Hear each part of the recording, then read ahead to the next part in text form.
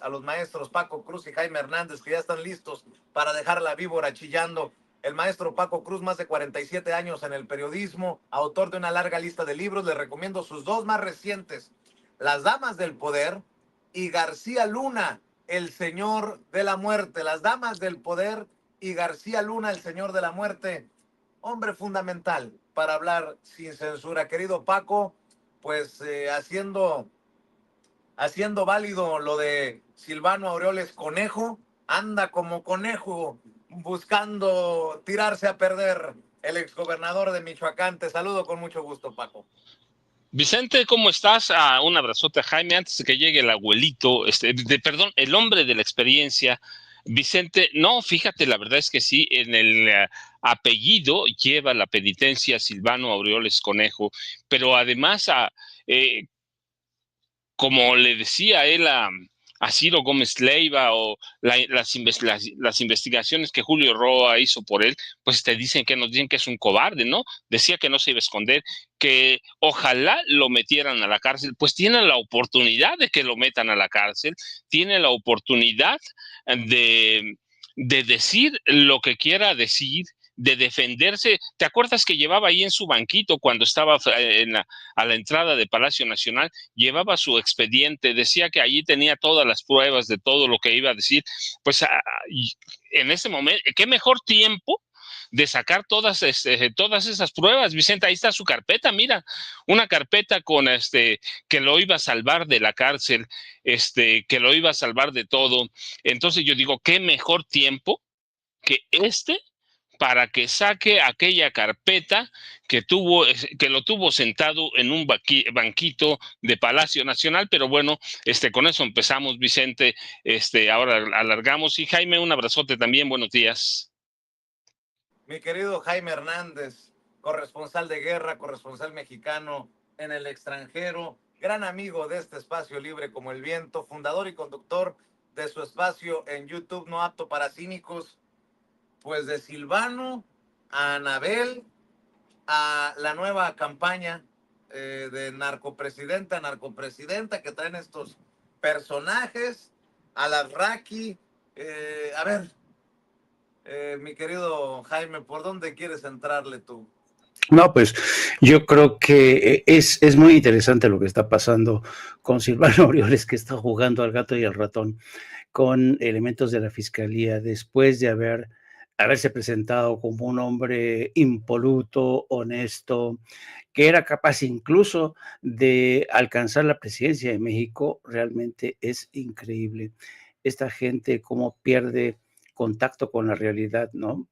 Y vamos a ver, yo creo que sí va a ser aprendido, yo creo que sí le van a echar al guante, porque además yo creo que durante mucho tiempo muchísimos estábamos al pendiente de, bueno, pero ¿cuándo? ¿Hasta cuándo? ¿Hasta cuándo Cabezo de Vaca? ¿Hasta cuándo Silvano Aureoles? ¿Hasta cuándo muchos otros, no? Y entonces uno decía, esta justicia en México es un asco, no nos sirve, ¿no? Y en cierto sentido había algo de razón, ¿no?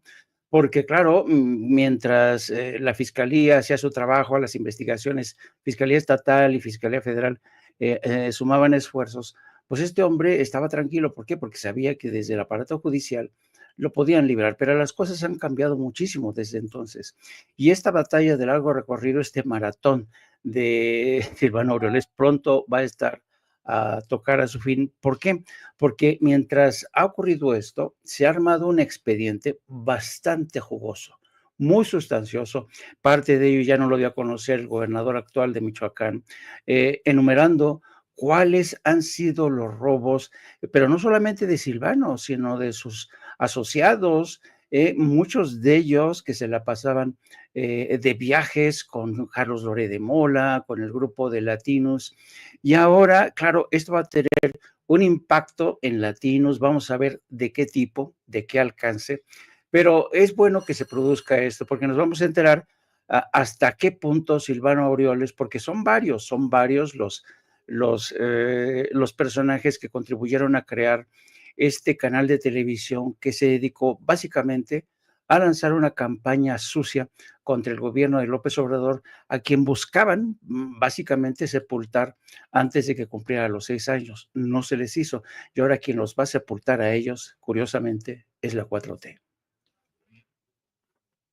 Así es, y fíjense que me acaba de contestar, le voy a pedir a Ceci que lo busque, Julio Cerroa, me dice que sí le entra con gusto. Hay que darle reconocimiento a todos los compañeros, y sobre todo a Julio Cerroa, en el caso de Genaro García Luna, que él estuvo destapando muchas cosas, se identificó, ubicó a García Luna por una infracción de tráfico, también fue el que destapó a Olamendi detrás de Olamendi, cercano colaborador de Silvano Aureoles en esta trama de Latinus de Loret de Mola. Así que en cualquier momento nos estaremos enlazando con el reportero independiente Julio Cerroa. Mi querido Paco, mientras esperamos si aplican o no los aranceles desde Estados Unidos, el tema de seguridad es importante y una de las, en su momento, reconocidas como grandes periodistas de México, pues termina haciendo señalamientos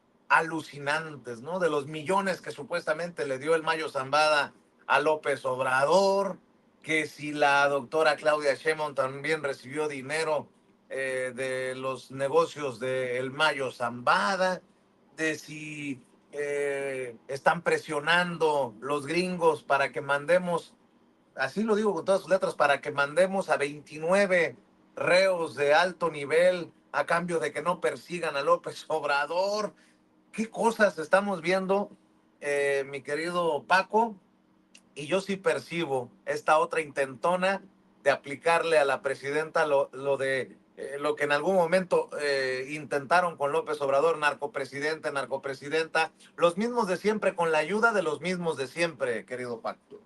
Sí, mira, Vicente, sí, ahora entramos a eso, nada más para cerrar lo de Silvano Aureoles Conejo, que sí, nunca hay que quitarle su segundo apellido porque le hace honor. Tú recuerdas cuando se sentó en aquel banquito, él decía que si no lo recibía el presidente López Obrador, iba a presentar las pruebas de que tenía ante la Suprema Corte de Justicia de la Nación. No hubo ninguna prueba. De lo que sí hay evidencias sustanciales, sustantivas, es que además del desvío por más de 5,000 millones de pesos inicial que hay en las demandas, en las que están involucrados sus ex colaboradores ahora, él tenía un pacto con el narcotráfico. Tenía pactos con la familia michoacana, tenía pactos con el brazo armado o con el grupo de los Viagra, tenía acuerdos, y cuando no cumplió los acuerdos se violentó más todavía a Michoacán. Había evidencias de sobra, así que ahora que Estados Unidos está pidiendo ir contra las colusiones en el narco, él sabe que él es uno de ellos, él sabe que es uno de ellos, sabe que hay evidencias de que le dieron dinero en efectivo y que después hizo negocios con el cártel Jalisco Nueva Generación, y a través de esa colusión con Silvano Aureoles Conejo, el cártel Jalisco Nueva Generación, que conocía muy bien Michoacán, se asentó en Michoacán, se asentó, y él permitió también que se mantuviera la política que había desplegado Genaro García Luna con aprobación de Felipe Calderón Hinojosa, siempre hay que decirlo, de crear las economías de escala, es decir, que algunos grupos controlaran la extorsión al limón, otros grupos controlaran a el envío o exportación ilegal de acero a través del puerto de Michoacán, y que los grupos, la familia michoacana en concreto, cobrara cuotas de extorsión, y que algunos otros grupos cobraran cuotas a trabajadores, grupos del crimen organizado. Y todo eso se hizo durante el gobierno de Silvano Aureoles Conejo. Sí, por eso tenía tanto miedo. Bueno, pues hay que recordar el búnker que se construyó, ¿no?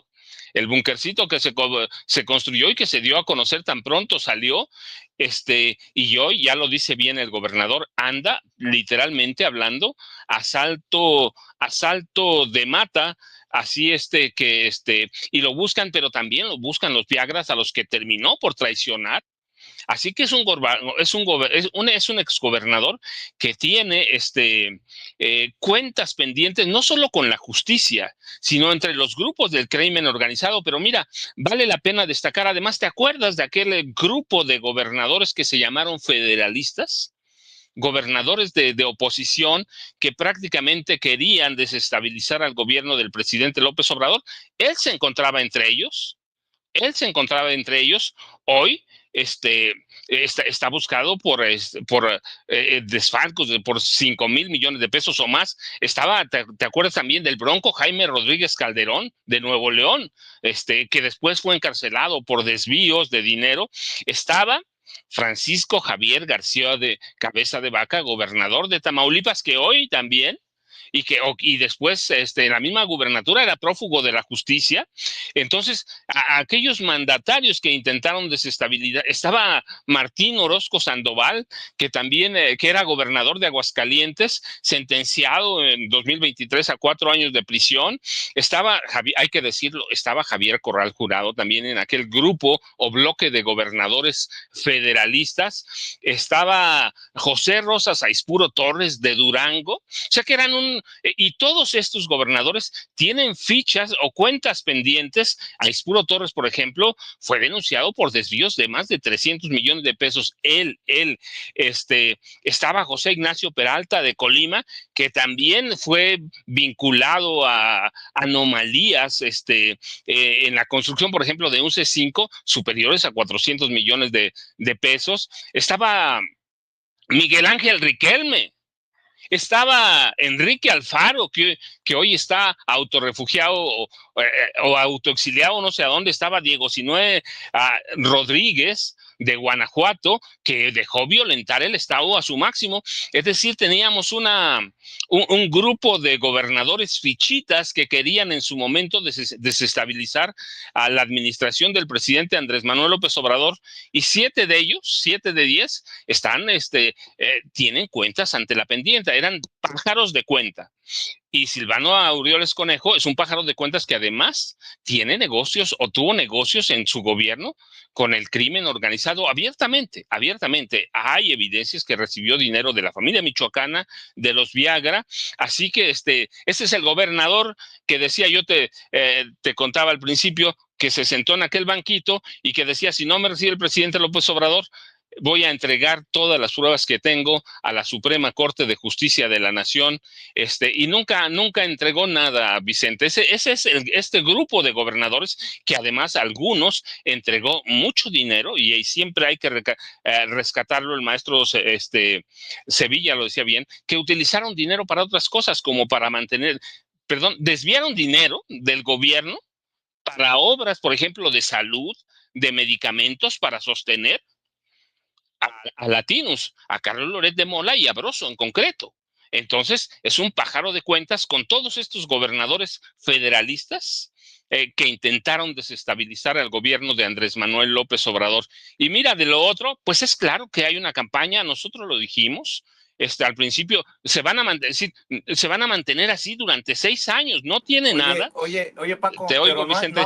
Pero no aprenden, ¿no? O sea, traen esta campaña y la encuesta dice que la doctora trae una aprobación del 85% histórico. O sea, dices tú, ¿qué parte no entienden que el pueblo no les cree? Vicente, miran, pues es que nunca van a entender, porque no han entendido, porque lo decía Ricardo Sevilla, no están haciendo periodismo. Están haciendo no sé qué, información manipulada, sesgada, lo que sea, informar a su manera. Si no entienden, no saben, no han formado. Mira, voy a dar, por ejemplo, un dato que hoy publica el Universal. Por cierto, hay que darle su crédito cuando lo hacen. Nosotros hablamos de que siempre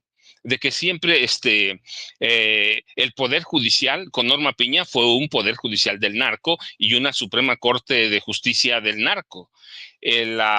periódico El Universal documentó y publica en su nota de hoy, en una nota de primera plana de este lunes, que de enero de 2022 a enero de 2025, diversos jueces, magistrados, emitieron sentencias absolutorias, libertades provisionales y anticipadas o cambios de medidas cautelares a 72 líderes o cabecillas, yo diría, del crimen organizado. Sí, entre ellas, tú recuerdas, bueno, pues estaban Caro Quintero, Vicente Carrillo Fuentes, es una corte que ha protegido al narco, y eso no lo ven estos periodistas, pero bueno, finalmente yo digo, mira, pues van a terminar ¿con quién? Con Carlos Alasraqui. Ya cuando terminas como periodista, que algún prestigio tuviste alguna vez, pues imagínate a dónde estás, ¿sí? Estás en el lodo con él. Entrar con Carlos Alarraqui, yo digo, es una vergüenza verdaderamente, pero ese es el nivel de Anabel en este momento. En este momento, en algún momento tuvo prestigio. Yo insisto, desde que 2009 lo dije a un grupo de periodistas, en 2010 lo ratifiqué. Eso es porquería, ¿sí? Lo que está haciendo, porque había comparaciones de uno de sus libros, con uno de los míos, y yo les dije, pues es un periodismo para pendejos, y siempre lo sostengo, desde 2009, o 2008, 2009 y 2010 lo sostengo. Hay evidencias de que la Suprema Corte trabajaba para el narco. No lo digo yo hoy, mira, que lo hemos dicho aquí, lo dice hoy el periódico El Universal en su nota de primera plana, y da a conocer una lista de personajes que fueron liberados abiertamente, cabecillas, o sea, no un narco de ínfimo nivel, no nada. Narcos en serio, criminales peligrosos. Y todo eso no lo ven. ¿Por qué? Y ahora regresamos a la pregunta. Porque están actuando con los odios contra López Obrador. Si llevan a la cárcel, mira, vi un post, o antes un tweet, si llevan a la cárcel, si envían a Estados Unidos a 29 narcotraficantes, están buscando a López Obrador. Si cayó o va a caer Silvano Aureoles, van por López Obrador. Es decir, López Obrador no lo pueden olvidar, les dio mucho negocio, fue mucho dinero, Vicente, al margen de lo que se les dejó de entregar, otros grupos les entregaban dinero. Si López Obrador es un negocio para la oposición, es un negocio para Anabel, es un negocio para muchos periodistas, y hablar mal de López Obrador, bueno, algunos trabajaban en el círculo íntimo de Genaro García Luna. Así que, ¿qué vamos a esperar? Pues estas mismas campañas, pero ahora para tratar de desestabilizar al gobierno de la presidenta Claudia Sheinbaum Pardo, y están tratando de aprovechar la oportunidad de Estados Unidos. Si Estados Unidos presiona para que se combata a funcionarios ligados con el narco, si hay, entonces dicen que van por López Obrador. Es decir, todo va a ser López Obrador, porque López Obrador fue un gran negocio para mucha gente. Un negocio en el que quieren seguir, o del que quieren seguir abrevando. Y los problemas reales del país no hay, pero igual, pues nunca fueron periodistas de investigación. Yo sostengo siempre que son periodistas de escritorio, no de campo, y ahí en el escritorio, pues la aparición del ISNAI les dio muchas herramientas para hacer muchas cosas, pero pues terminan ¿con quién? Con Carlos Alarraqui, Vicente y Jaime. Así es, querido Paco. Jaime, todos estos temas que van quedando, además déjame sumarle, aranceles o no, entran en vigencia o no. Después de ver cómo Trump trata a Zelensky, me queda claro que está dispuesto a hacer lo que sea. De hecho, Zelensky dice que ya está listo para firmar esto de los minerales, que había quedado en suspenso luego del tremendo agarrón que se dieron.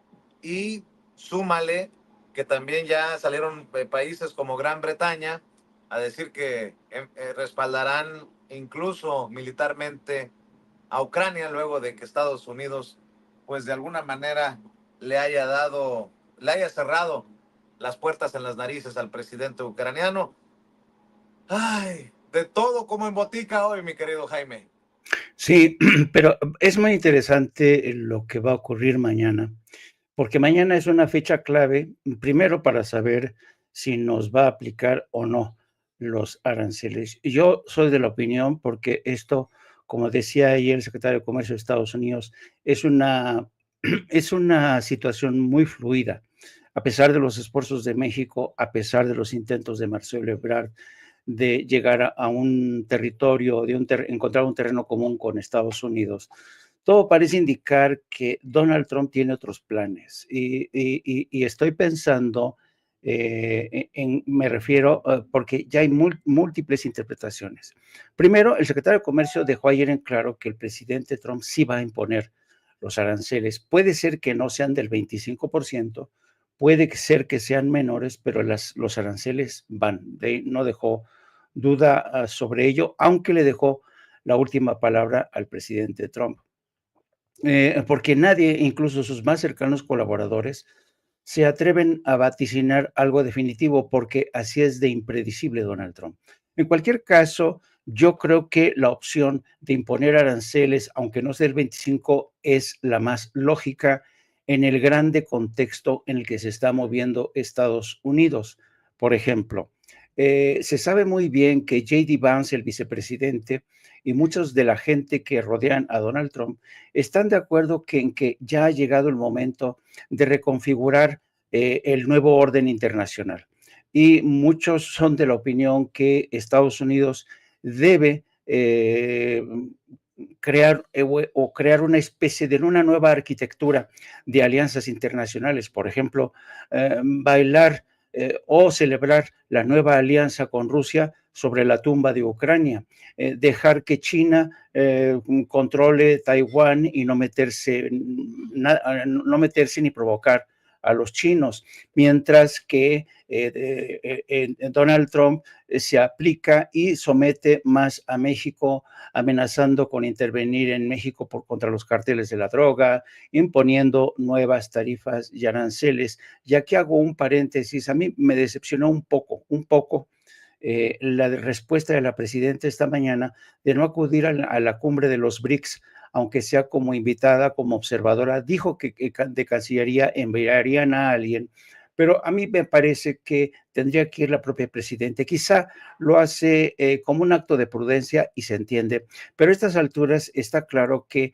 Donald Trump quiere romper la vieja arquitectura internacional. Algunos dicen que Donald Trump no tiene la capacidad para imaginar un futuro, una nueva arquitectura de equilibrios internacionales, y que va a apostar básicamente por el equilibrio del viejo mundo, ¿no? Yo creo que es más bien esta última opción, tratando de mantener un control absoluto sobre el hemisferio occidental. Ya ves que ha dicho que va a recuperar el control de Panamá, va a meter en cintura a México, en fin, vamos a ver. Pero mañana también, Vicente y Paco, se da la circunstancia de que es el informe a la nación de Donald Trump. Sería bueno que Donald Trump nos aclarara a todo el mundo, porque no solamente es el tema de su relación con México, no, sino todo el mundo. Los europeos están realmente desconcertados, no sabe cuál va a ser el futuro de su relación con Estados Unidos. De hecho, después de esa reunión y esa bronca tan insólita, tan inédita que se produjo en la Casa Blanca, muchos creemos que el viejo orden, la vieja alianza transatlántica ha volado por los aires. Así es que muchos esperan que en el discurso de mañana martes, Donald Trump aclare cuáles van a ser los nuevos derroteros de la política exterior estadounidense, porque nadie a estas alturas es capaz de entenderlo. Por ejemplo, todos los responsables de lo que han mantenido y defendido el acuerdo trilateral entre México, Estados Unidos y Canadá no terminan de entender la inminente aplicación de los aranceles, porque saben que en el corto plazo van a perjudicar sobre todo a los estadounidenses, a los consumidores y a los fabricantes estadounidenses. Por ejemplo, si sumas tú las importaciones de Estados Unidos, de México, México, Canadá y China, representan el 40% de las importaciones.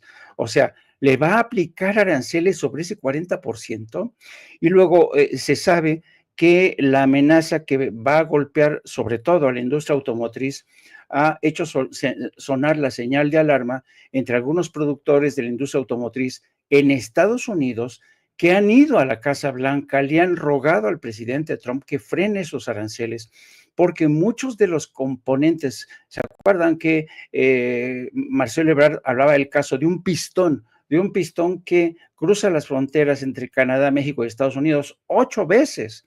Si ustedes hacen una radiografía, por ejemplo, de una camioneta, por ejemplo, de Chevrolet, la Silverado, la famosa Silverado, la mayoría de los componentes, digamos un 70%, son fabricados en México. Entonces, los aranceles van a hacer que en muchos casos estos productos, estos automóviles, esa va a ser la más golpeada, encarezcan demasiado. Entonces, yo la verdad no le veo ni pies ni cabeza a esta decisión de Trump de imponer aranceles, nadie se la ve.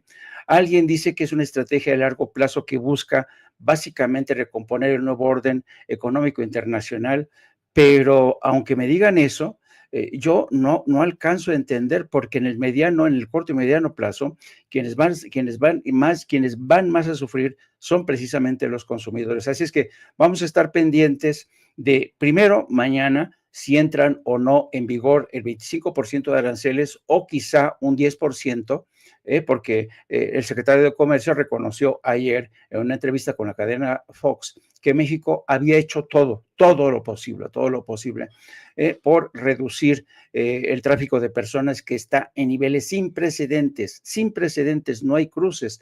De los 4,000 y pico que había a estas alturas en el 2023 o 2024, ahora hay 300 cruces se han registrado en este año. Así es que ha sido un logro inobjetable del gobierno de México.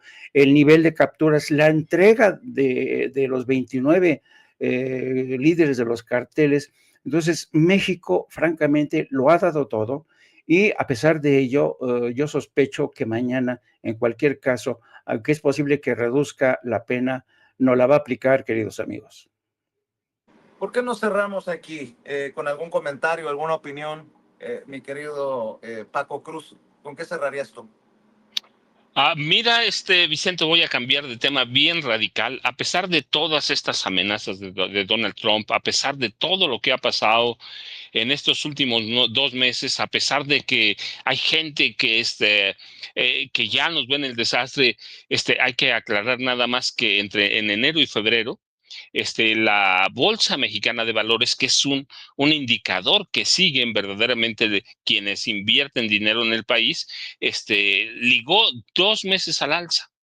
2 meses, sí, han sido 2 meses de ganancias, el peso está medianamente estable, 2.50, 2.58, algún programa cuando inició la presidenta Claudia Sheinbaum Pardo, aquí dijimos va a estar en 2.50, en 2.61, sigue igual, pero los inversionistas ya se acostumbraron a dar la apariencia por las ganancias de la bolsa en los últimos 2 meses, que ya se acostumbraron a las continuas amenazas arancelarias de Trump y saben, como dice Jaime, que seguramente habrá en algún nivel, porque Trump lo tiene que decidir personalmente, dijo el secretario de Comercio, pero la realidad es que ven un país tranquilo, que ven un país con una economía sólida. Yo esperaría que una vez que dé a conocer Trump, la presidenta Claudia Sheinbaum Pardo ya nos dijo que tiene un plan B, un plan C, un plan D, pero que hay un momento o un momentum positivo, como dicen los inversionistas, para invertir en México. Y se ve en el mercado accionario, que contrasta con Estados Unidos, a donde el Nasdaq, que es el indicador de tecnología, y el Dow Jones, el tradicional de las empresas, ha bajado. Y aquí lleva o registra 2 meses de ganancia. Así que digo, si hay que preocuparnos, si hay que estar un poco al pendiente, y hay que esperar a Trump, que no sabemos ahora qué esperar, pero por lo menos hasta el momento, y después de la toma de posesión de Donald Trump el 20 de enero pasado, el país mantiene la confianza de los inversionistas, el peso sigue estable, aunque dicen ha caído de 2.40, 2.45 a 2.58. Yo digo, no, todavía está estable y habría que esperar. Yo tengo la confianza de que la presidenta haya estudiado bien, pero de momento te dejo eso. Yo digo, el indicador que siguen verdaderamente los personajes que invierten en este país está estable y ya ha ganado. El peso está estable, así que esperemos hasta mañana. Yo ya sabes, Vicente, Jaime, arroba Paco Cruz Jiménez en X, antes Twitter, Francisco Cruz Jiménez en Facebook, y nos vemos mañana, Vicente. Muchas gracias. Un abrazote, Jaime. Claro que sí, Paco. No se le olviden los dos más recientes libros del maestro Paco Cruz, Las Damas del Poder y García Luna, El Señor de la Muerte, para que lo siga buscando en la librería del barrio o en su tienda de autoservicio, y seguir de esta manera apoyando el periodismo independiente para que siga habiendo reimpresiones por parte de la editorial. Mi querido Jaime, ¿con qué cierras tú? Un rápido comentario. Me ha llamado mucho la atención, poderosamente la atención, la forma en que algunos comentócratas o analistas sugieren que la nueva estrategia de seguridad de la presidenta Claudia Sheinbaum, que Claudia Sheinbaum ha vuelto sobre los pasos de Felipe Calderón, ha hecho de lado los abrazos y no balazos. Yo creo que evidentemente no tienen ni la más remota idea, porque lo que está haciendo Claudia Sheinbaum es darle un giro espectacular. ¿Por qué? Porque a partir de ahora, uno de los puntales de esta estrategia es el de la inteligencia, que es un pilar fundamental. Y cuando tú reposas parte de tu estrategia en la inteligencia, te ahorras en recursos, evitas muertes de civiles y soldados, y le das en lo más duro del corazón del narcotráfico. Esa es la nueva estrategia de Claudia Sheinbaum. Pero hay un segundo elemento que me está llamando poderosamente la atención y que quizá será fruto será material de futuras conversaciones con el maestro Paco. Me llama mucho la atención la forma en que Claudia Sheinbaum se ha desembarazado literalmente de los temas de seguridad en las mañaneras. Le está dejando la explicación de las acciones, de todo, a Omar García Harfuch o a los secretarios de Defensa y de Marina o al fiscal general. Y yo creo que yo no sé si esto tiene la intención de compartamentalizar la estrategia de seguridad, dejárselas la responsabilidad a estos señores, a los secretarios de Defensa y de Marina, al fiscal Omar García Harfuch, y ella concentrarse en el famoso Plan México, que es fundamental para el futuro de México en el contexto de las amenazas arancelarias de Donald Trump. Pero evidentemente yo sospecho, y el maestro Paco Cruz, a quien yo respeto muchísimo porque tiene un diente, un colmillo el maestro Paco, por eso yo lo respeto, por ser tan experto y tan abuelito. A ver si algún día de estos le hincamos el diente a este tema. Y ya saben, a partir de las 14 horas nos vemos aquí en Orto para Cínicos. Síganos a través de nuestras redes sociales, @Jaime Jurno. Te mando un abrazo, querido Vicente, también a Ceci, a todo el equipo de producción y a mi querido abuelito Paco Cruz. Te mando un abrazo, Jaime, te mando un abrazo, Paco. Muchas gracias, maestros. Cuídense mucho y cuidado con los bastones, en la guerra de los bastones aquí en Sin Censura.